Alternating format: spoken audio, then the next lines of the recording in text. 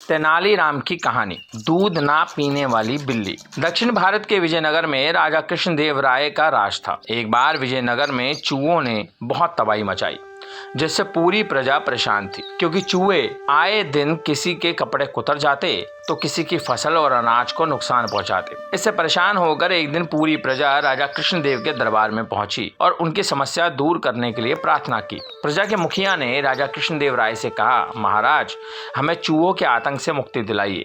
हम इन चूहों के आतंक से तंग आ चुके हैं। मुखिया की बात सुनकर राजा ने आदेश दिया कि हर घर में एक बिल्ली पाली जाए और उसकी देखभाल की जाए। बिल्लियों की देखभाल के लिए उन्हें हर घर में एक एक गाय भी दे दी गई। महाराज ने तेनालीराम को भी एक बिल्ली और एक गाय दी।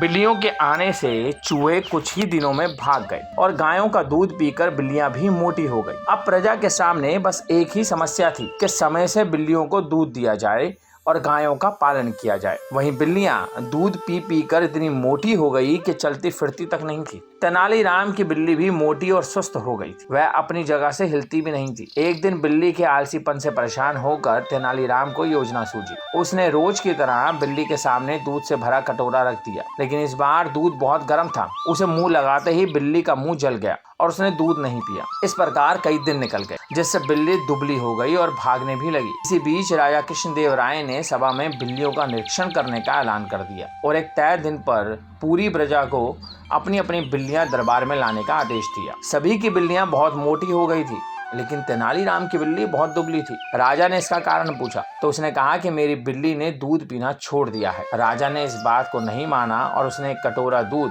बिल्ली के सामने रखा। दूध को देखते ही बिल्ली भाग खड़ी हुई। इस घटना को देखकर सभी दंग रह गए। राजा ने तेनालीराम से इसका राज जानना चाहा। तब तेनालीराम ने कहा, महाराज, अगर सेवक ही आलसी हो जाए तो उसका रहना मालिक पर बोझ बन जाता है। वैसे ही इन सभी बिल्लियों के साथ भी है। मैंने अपनी बिल्ली का आलस भगाने के लिए उसे गर्म दूध दिया, जिससे उसका मुंह जल गया और वह खुद ही अपना भोजन तलाशने लगी। इससे वह ठंडा दूध देखकर भी भाग जाती थी और अपना भोजन खुद ही तलाश करती थी। धीरे धीरे वह चुस्त और तेज हो गई। ठीक ऐसे ही मालिक को अपने सेवक का साथ करना चाहिए और उसे आलसी नहीं बनने देना चाहिए। तेनालीराम की बात राजा को पसंद आई और उन्होंने तेनालीराम को 1000 स्वर्ण मुद्राएं इनाम में दी। तो दोस्तों, कैसी लगी ये कहानी? ये कहानी हमें सिखाती है कि हमें कभी भी किसी को इतना आराम नहीं देना चाहिए कि जिससे वह आलसी हो जाए, जैसे इस कहानी में बिल्ली के साथ हुआ।